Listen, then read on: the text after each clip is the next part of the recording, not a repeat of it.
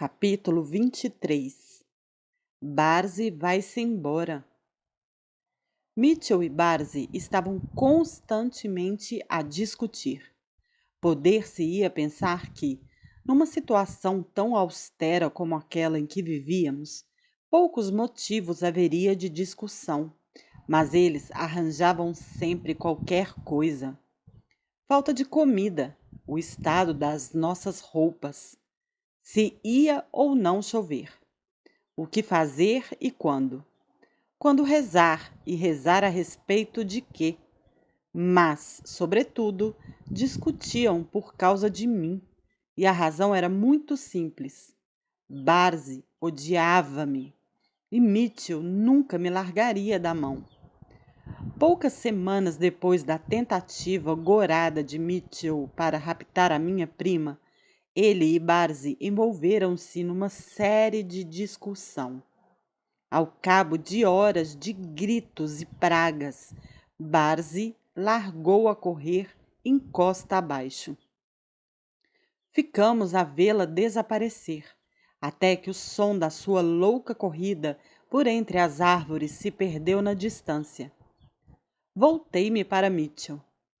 Ela vai voltar? Perguntei. Claro que vai.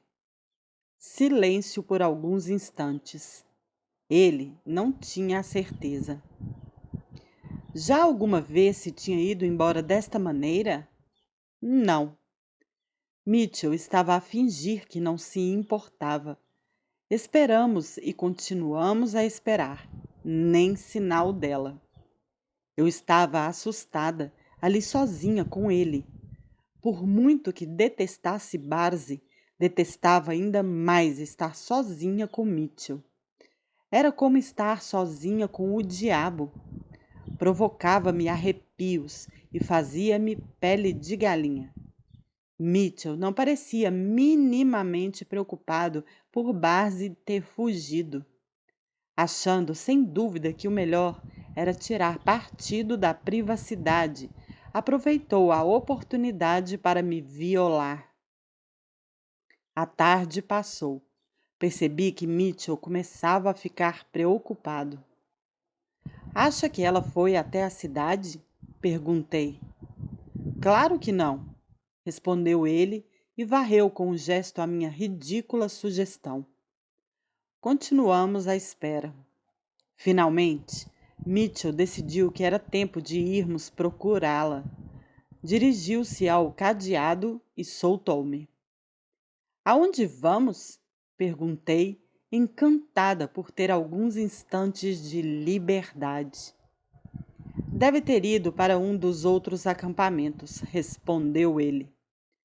Mitchell tinha falado várias vezes daqueles outros acampamentos. Ao que parecia, eram 2, ambos mais abaixo na encosta e muito mais perto do trilho principal ao fundo da montanha. Ambos dotados de todo o equipamento necessário: tendas, oleados, água. Ele e Barzi tinham-nos usado antes de me raptarem, mas nunca depois. Eram demasiado perigosos, demasiado perto da cidade e dos trilhos mais frequentados. Quando vi Mitchell abrir o cadeado, o meu coração começou a bater mais depressa, excitado. Ia estar solta. Só isso já era o suficiente para me fazer querer gritar de alegria. Ao cabo de quase 2 meses a ser tratada como um animal, não tenho palavras para explicar como era maravilhoso ter um momento de liberdade. E íamos descer a ravina, para mais perto da minha família, para mais perto da civilização. Talvez visse alguém que pudesse salvar-me. Talvez fosse encontrada. Mas já tinha decidido que nunca fugiria. Já tentara 2 vezes e de ambas falhara, com severas admoestações e avisos. Há quem se pergunte como pude tomar-me tão sujeita à vontade de Mitchell, tão totalmente submissa e obediente. Mas quando se considera a minha situação, é muito fácil de compreender. Para começar, tinha apenas 14 anos. E era o mais ingênua que uma garota de 14 anos pode ser. A minha inocência tinha sido destruída e parecia que Mitchell tinha feito com absoluta confiança e facilidade. Tinha revelado a capacidade de entrar em minha casa, arrancar-me da minha cama, manter-me na montanha a poucos quilômetros da minha família. Vezes sem conta, tinha descido a cidade sem um cêntimo no bolso e regressado com todo o gênero de bebidas e mantimentos. Escapava da polícia, escapava a qualquer suspeita. Parecia deslocar-se pela cidade sem a mínima ponta de medo. Podia não ser onipotente, mas parecia conseguir tudo o que queria.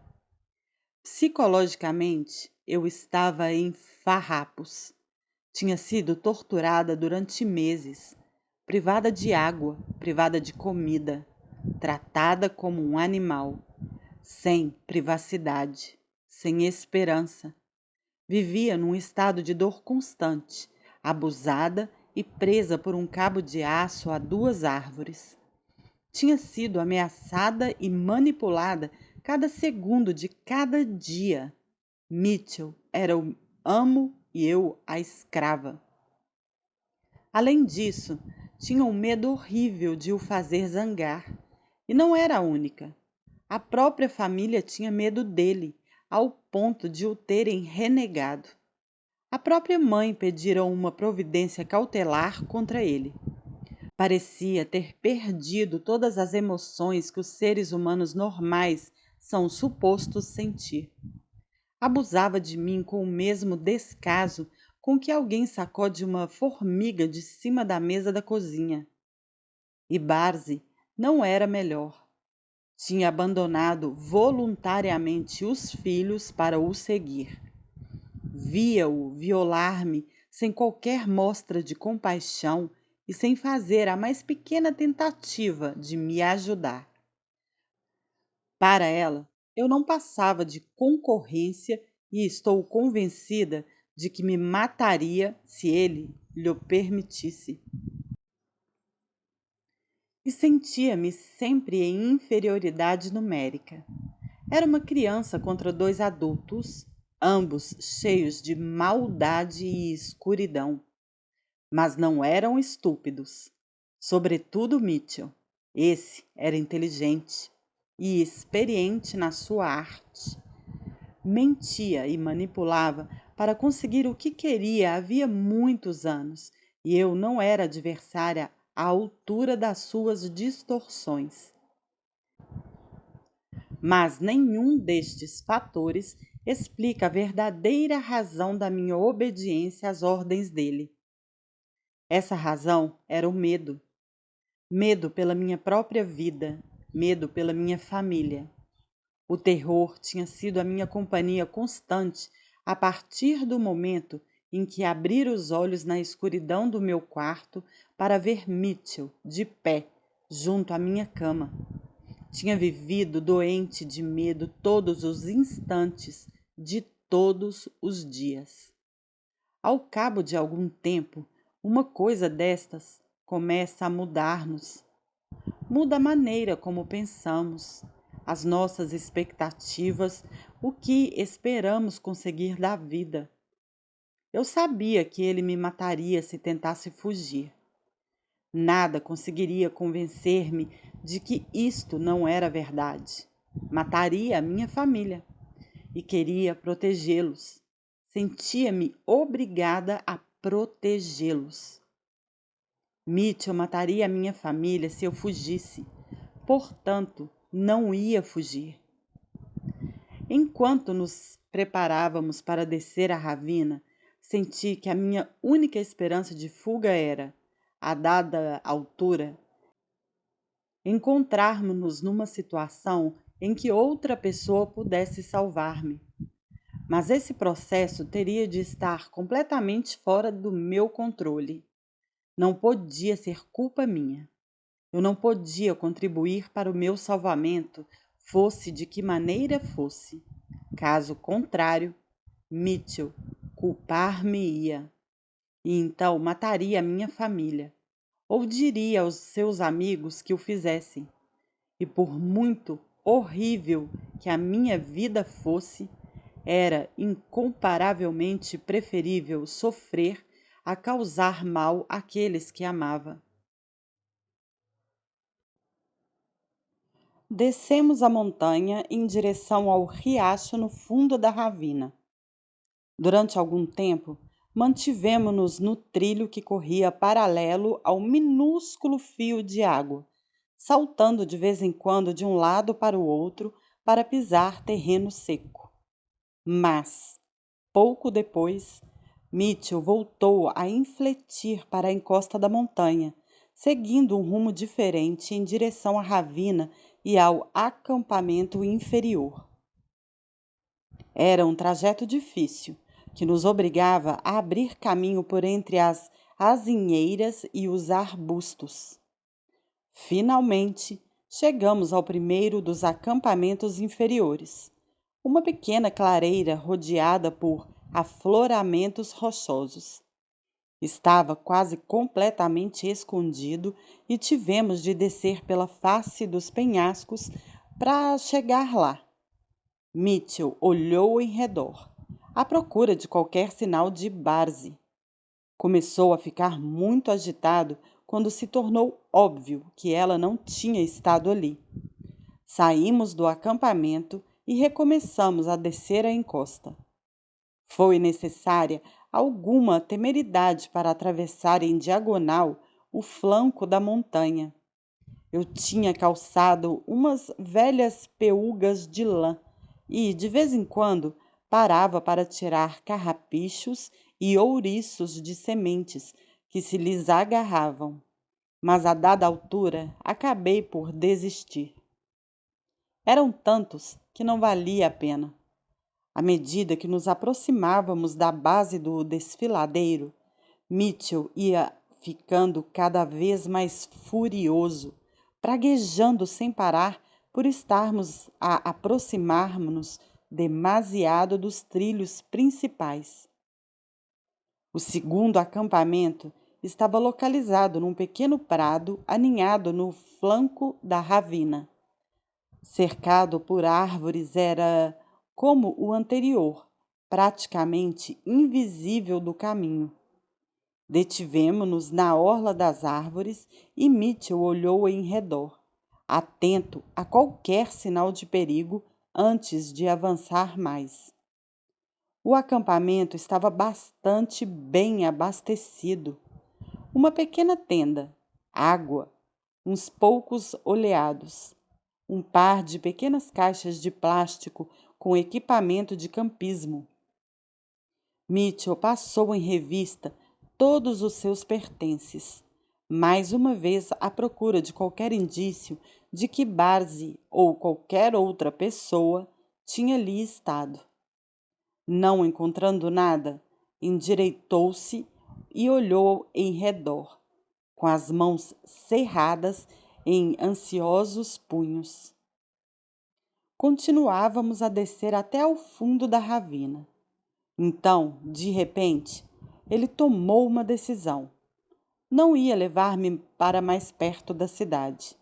Era tempo de voltar para trás.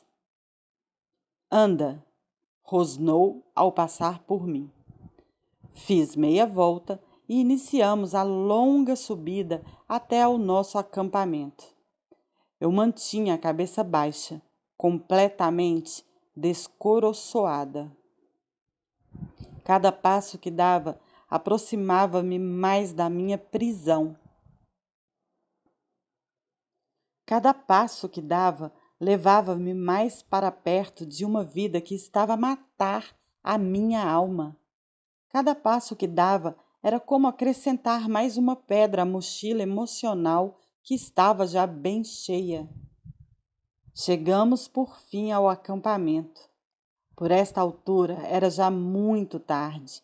Os últimos raios de sol desapareciam atrás das árvores. A primeira coisa que Mitchell fez foi voltar a fechar o cadeado. Então começou a dizer-me, outra vez, que cada um de nós tinha uma cruz que devia carregar, mas que Deus devia amar-me muito por ter me dado uma oportunidade de ser esposa dele.